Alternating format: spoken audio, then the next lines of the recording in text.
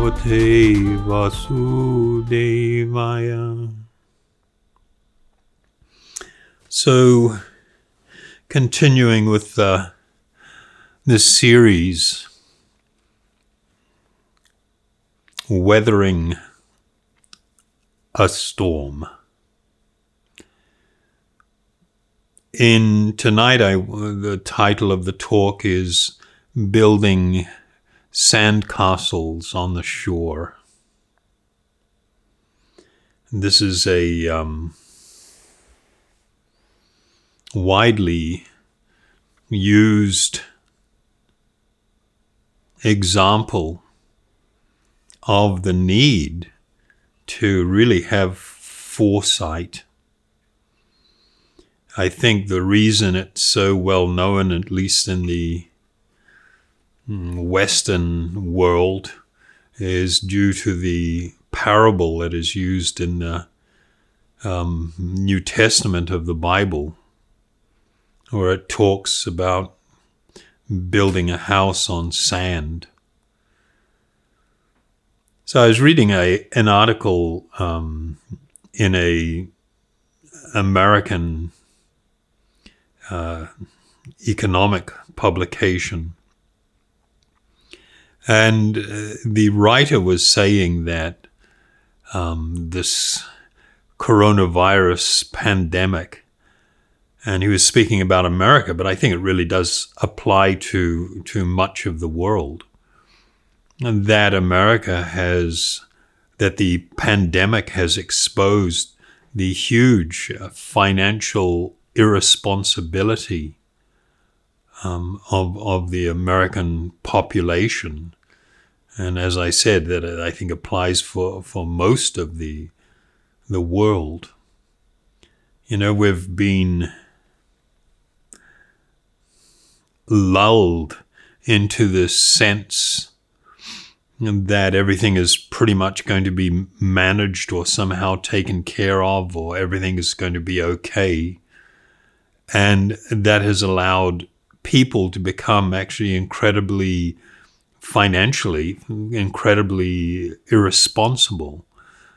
People take on enormous amounts of debt, and they live often from paycheck to paycheck, just spending all of the money that comes in without any consideration of whether I should be putting away money for some future need that might arise.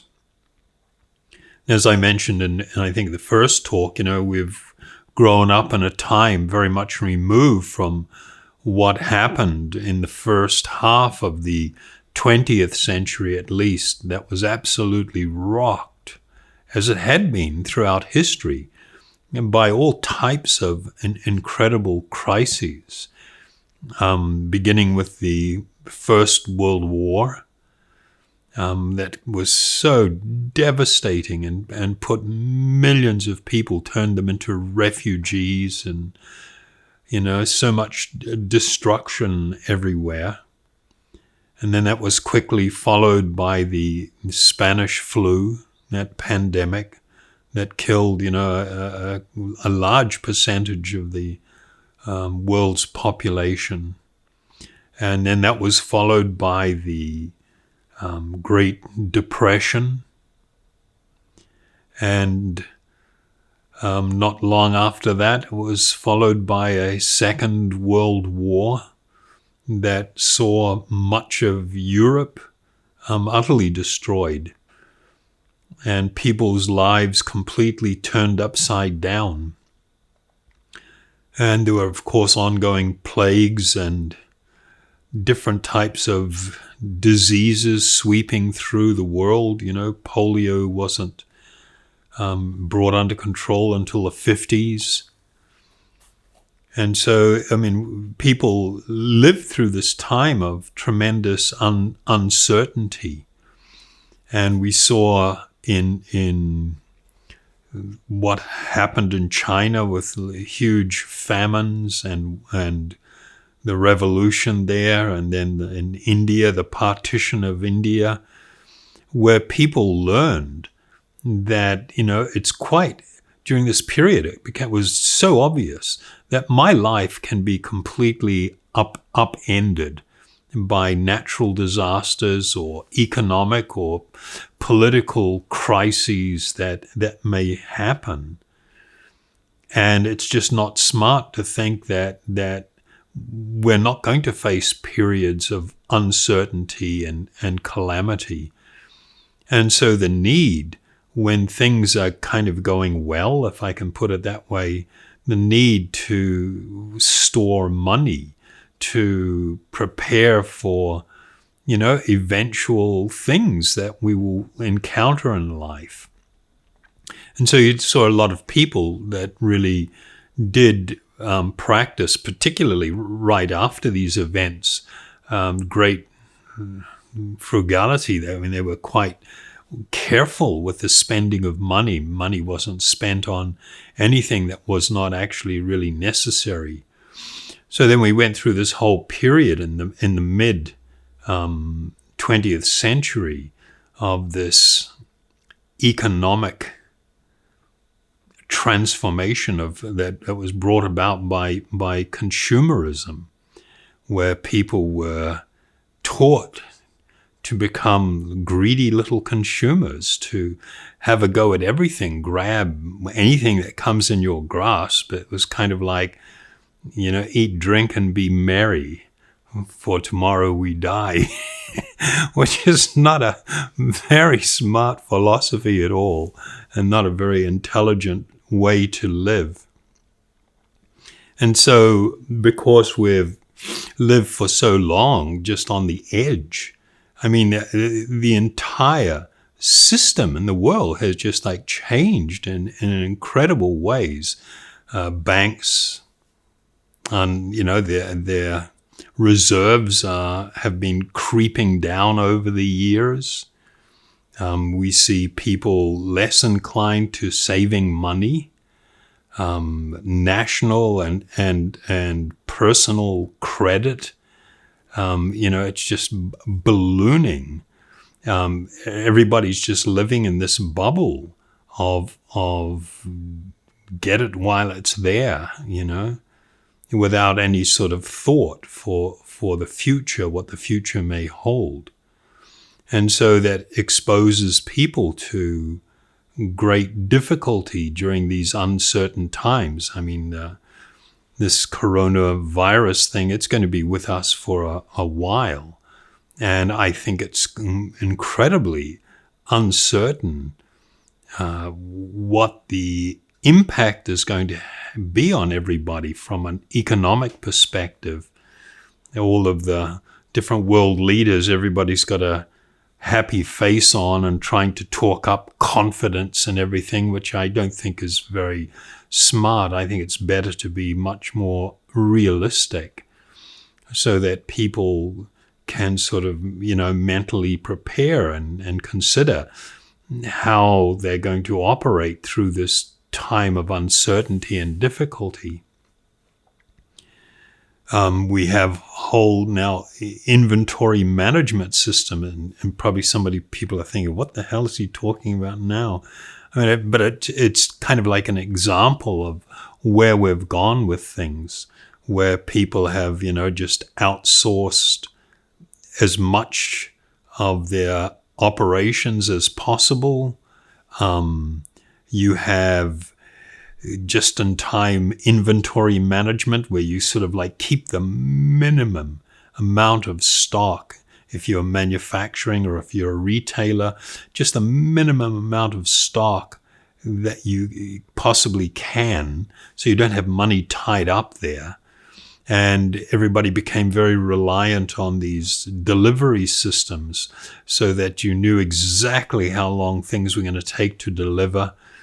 And manufacturers had become like this, and everybody's sort of getting by just on this really thinnest of margins of stock. And so when you run into any sort of a crisis, then it's nobody's ready for it.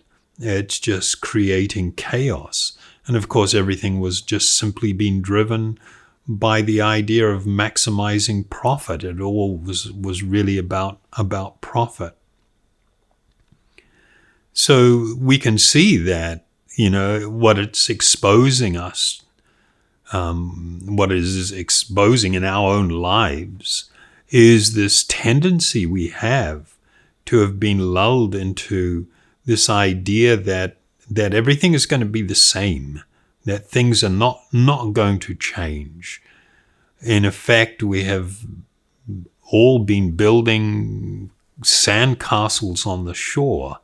The idea of investing time and effort into building something that's really beautiful and highly detailed, only to see it, an hour or two later being washed away by the incoming tide. And this is not considered very wise, and it will of course be a source of great anxiousness and fear and unhappiness, apprehension and anxiety, because we have falsely placed so much faith in something, that this system that we have built, this so-called life that we have built, I've invested all my energy in that which is temporary and that which cannot last, and holding on to this intense desire that everything actually lasts forever. And it won't, and it can't. And whether it's going to be, a pandemic or an economic crisis or a political crisis, a war, these things are always going to be going on, because that is the very nature of this world. And so when we build castles on the shore, as it were, with this expectation, this false expectation that this type of life that I have built, that this value system that I have invested in, that, what I consider my purpose and everything, now it's all been pulled out from underneath me. And of course it leads to tremendous uncertainty. So in the context of everything that we've been talking about, this particular principle of not in your life getting into this situation where you are building castles, sandcastles on the shore, and thinking that everything is going to be so permanent that I can, invest time and energy and effort into that which is not going to be swept away. It's always going to be there, is just, a sign of a lack of wisdom.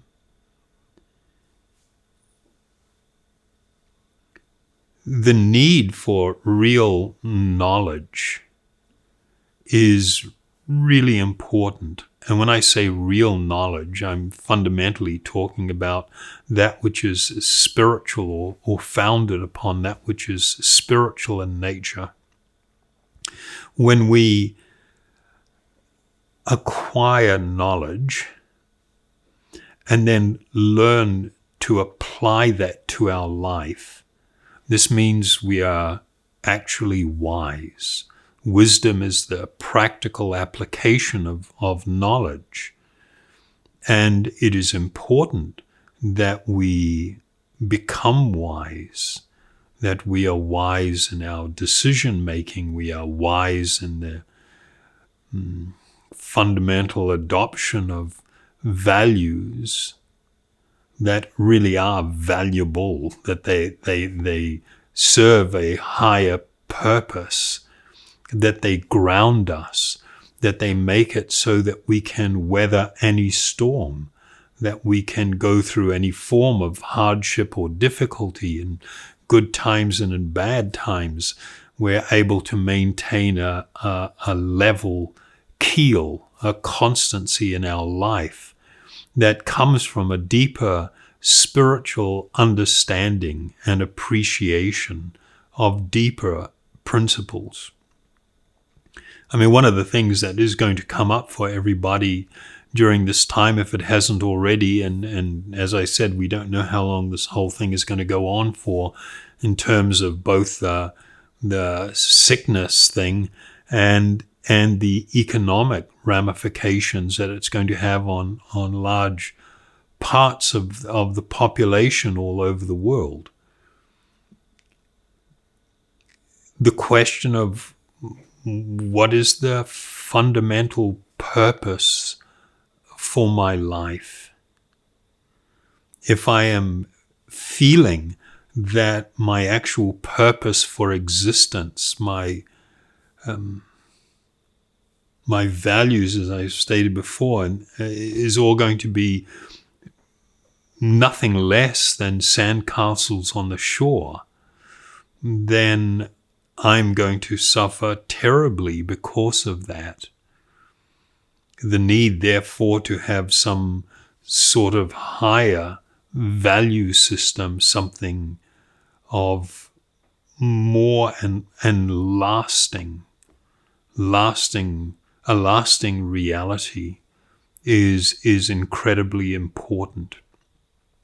So that's a really big subject, and I'm not going to get into that right now.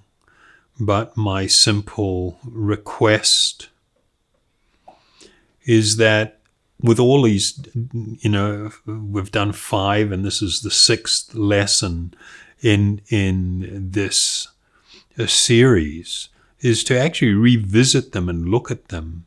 And perhaps in your own life, start a little journal or put them down in some sort of written form and contemplate upon them and reflect on them and consider, how am I going to now build a life of value and purpose where I can weather a storm, where I can encounter different things, and it's not going to overwhelm me, it's not going to devastate me, that I am definitely going to be able to manage.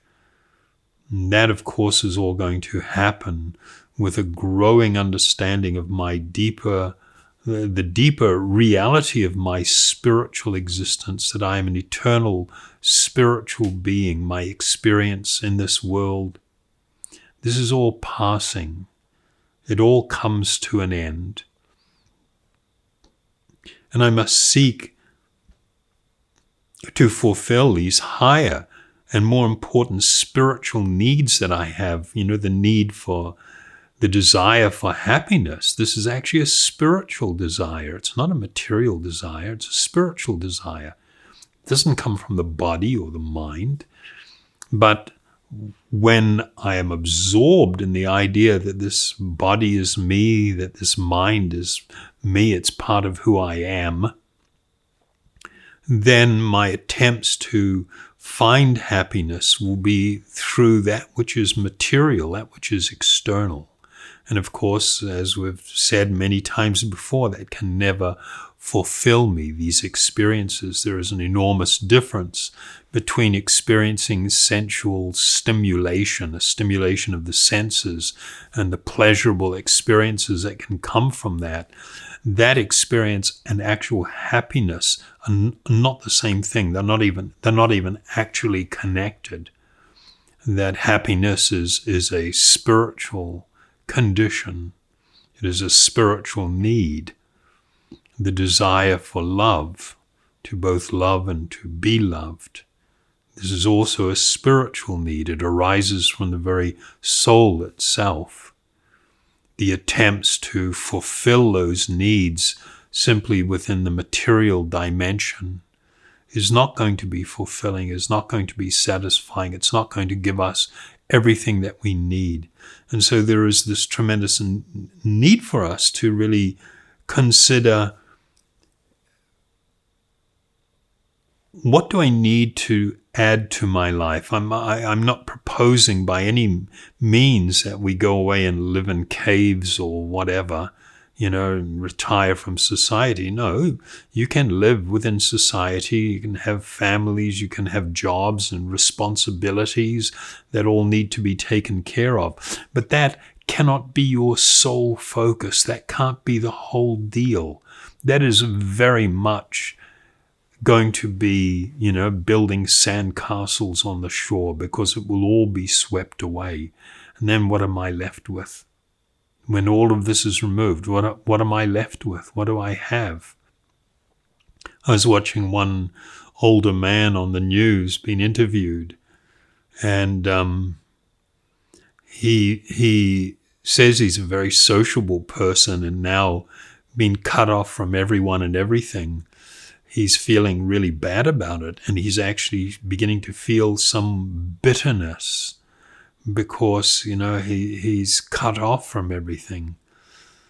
And, it's just more of the same, this reality that we need to have an internal life, a spiritual life. And the primary way that comes about, and the primary way that we grow in our appreciation of our own spiritual being, and we draw closer to our spiritual nature, is through this process of meditation upon the spiritual sound. When I immerse myself, I bathe myself in the spiritual sound. I take it into my mind. I take it into my heart. I actually rest my heart in these transcendental sounds, these spiritual sounds. And then it is like, this is food for the soul. This is spiritual food stuff. And it begins to bring with it tremendous insight and understanding, and of course, spiritual experience, the experience of something far more wonderful, something that is actually divine, transcendental. And so taking advantage of this situation that we have now to build a personal practice of daily meditation is really an important part of bringing balance to your life and bringing more spiritual focus. If we don't, then we are living in an unbalanced way. We are anchoring everything. We're betting the house. We're betting everything on that which cannot last in the hope that it will. And that's just terribly sad and unfortunate and unnecessary. So I will leave you with that thought, and invite you to join me in kirtan, this chanting. And tonight I think I'll chant the Maha Mantra. This was described as being the great mantra for deliverance. It was described in the Vedas. Deliverance meaning to lift someone out of this ocean of material existence and allow them to experience a higher spiritual reality.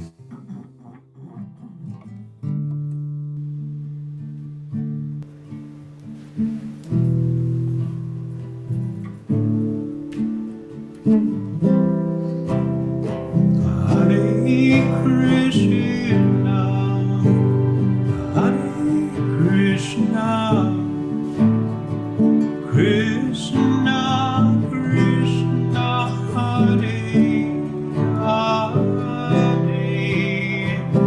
Hare